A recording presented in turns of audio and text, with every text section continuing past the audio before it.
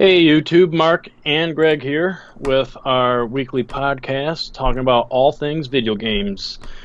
Um, this week we have a few different rumors we're going to talk about and some things that have been confirmed, and then also maybe Some a little fun bit of a stuff.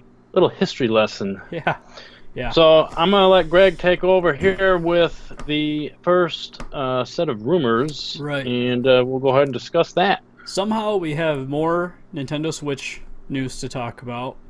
All rumors, nothing confirmed. So there's that. Remember, take a grain of salt with that because these are rumors.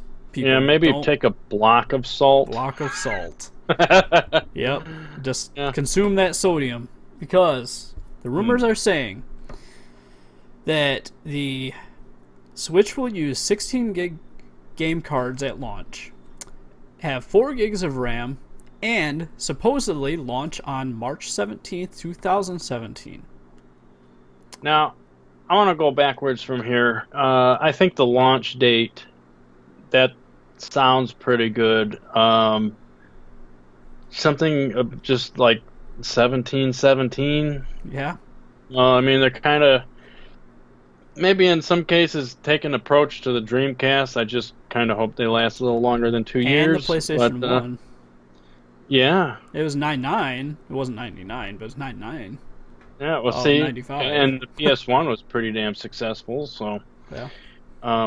So yeah, I think the March 17th date is definitely going to happen, unless the shareholders push Nintendo to make it sooner. But we'll see there. I don't think so. I don't think they're going to make it any earlier than that. It is interesting, though, because there was a separate rumor. I don't remember all the details on it, but that it came out of a listing for a Zelda Breath of the Wild amiibo that is launching on March 4th. So that led many to believe that the game was coming out March 4th, and if it's coming to the Switch as well as the Wii U, people thought, oh, that's when the Switch is coming out. It makes sense. Yeah, it does, but at the same time, they absolutely do not have to release the game at the same time on both systems. And Yeah. I don't think a few weeks is even going to make a difference. And in the case of the Wii U, it's not going anywhere. Like, they're doing it as a courtesy to Wii U owners.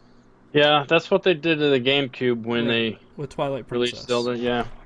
So I think the 17th sounds about right, somewhere around that. And the 1717 is a great marketing thing. Yeah. So what do you think about the 4 gigs of RAM and the 16 gig game cards? I think. Well, I personally. I think that reaction right there really sums up about what everybody's thinking. When I read it, I was like, well, it doesn't surprise me. They like to be the weakest link. But then, I kind of got to thinking a little. With the right optimizations, they could, I mean, programmers for the various studios are going to have to put some effort in, I would imagine. Mm-hmm. However, since NVIDIA is there, I think that Nintendo's OS is going to be heavily optimized for that Tegra chip. And we don't know how fast the RAM is. Mm-hmm. Plus, if you look back and research it, the Tegra chip that's in the NVIDIA Shield console has less RAM. Right. So 3 gigs to be exact. Yeah, and you had said previously that it runs Crysis. Now, I've never 3 seen it. specifically. Yeah, Crysis 3.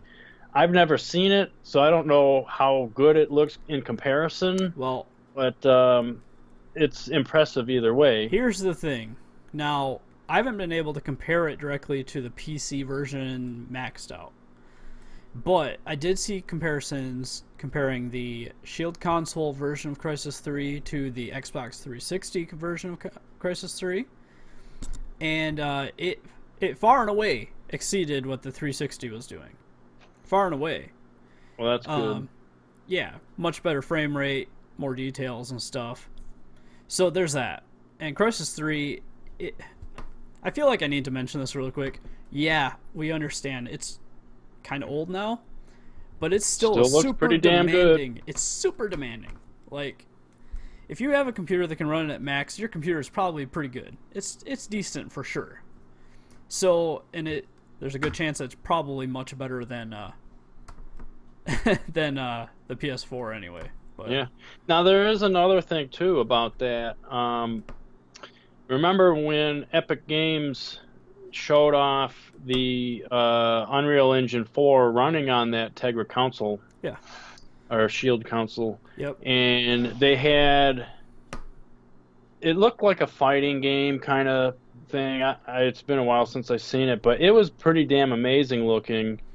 And anything these days with Unreal Engine 4, it's going to look good. Yeah. Unless the developer's not that great, but... I think I've mentioned this in the past, but NVIDIA, when they were unveiling the Tegra X1, they actually ran the PS4 Unreal Engine 4 tech demo. The one that Epic made Elemental. for the PS4. Yeah, the Elemental demo. And it ran it. Like, it ran it well. So, that is impressive. Optimizations. That's Right. really what you have to think about. And just a comparison, the iPhone has less RAM than any of the phones out there. Yep. Always has, essentially. Now, it does have a better CPU and usually better graphics, but less RAM. But yet, performance-wise, Apple's always been on the top. Yeah. And that's because of optimization. So if Nintendo has really good optimizations in that operating system, Mm-hmm. I don't think the 4 gigs is going to be an issue. I just hope that the developer is able to utilize that entire 4 gigs, and the rumor's not reporting like maybe a separate gig or something for the OS. It would suck bad if it's like, oh, Yeah. guess what? You only get 3 gigs. That is an interesting point. If it's full 4 gigs for games, that might be fine. If it's not, we'll see, I guess. Yeah. So, I got an opinion on the 16 gig game cards at launch. The rumor does specify at launch. So, this clearly could mean that we could see larger game cards after launch. Yeah, I think that's definitely possible. I mean, after all, SD cards are...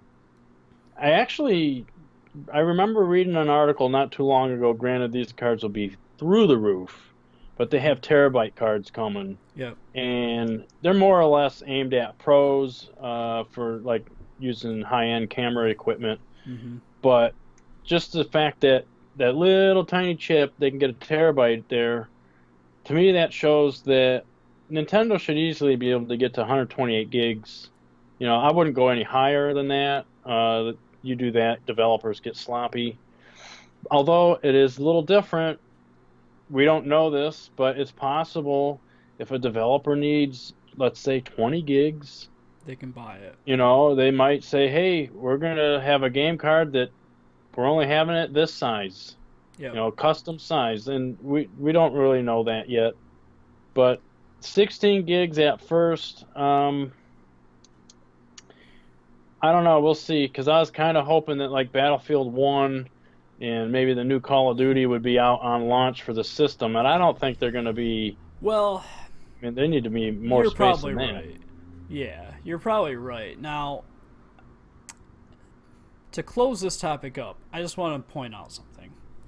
I think a lot of people are gonna demand my head for this. But Well, I put think that in the comments, please. Thank you. yeah, you can demand all you want. You're just a bunch of YouTube commenters. Anyway, I think what we're gonna get is with the Switch is we're gonna get a lot of mobile games, but this is a big but. They are going to be optimized for the Switch, meaning they're going to take advantage of the X1, and they're going to take advantage of the fact that there's an actual controller. So this could very well mean that we will get the mobile version of Madden or Call of Duty, but it'll have proper controls, The graphics will be bumped up to match what the X1 can do. But that being said, none of these versions will be the versions that you have on the PS4 or Xbox One.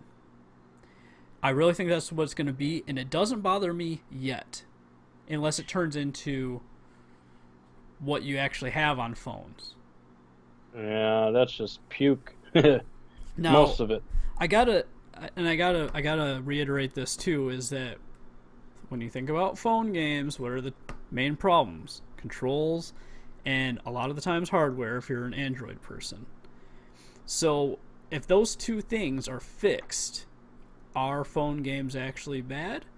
Personally, I wouldn't know, because I've only played a handful of games on my phone, and honestly, they've been mostly good ones that I've played, but I don't really waste time on the bad ones. So, but the thing is there's always that room for actual buttons. You know, there's like, Yeah, and no matter how many companies sell those attachments, the developers don't necessarily support it. So, and that's what's different with the Switch, in my opinion, because that controller comes with every Switch.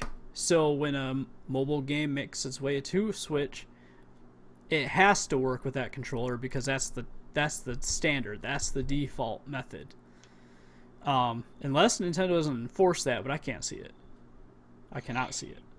They made developers support the Wii Remote and Nunchuck, or at least the Wii Remote.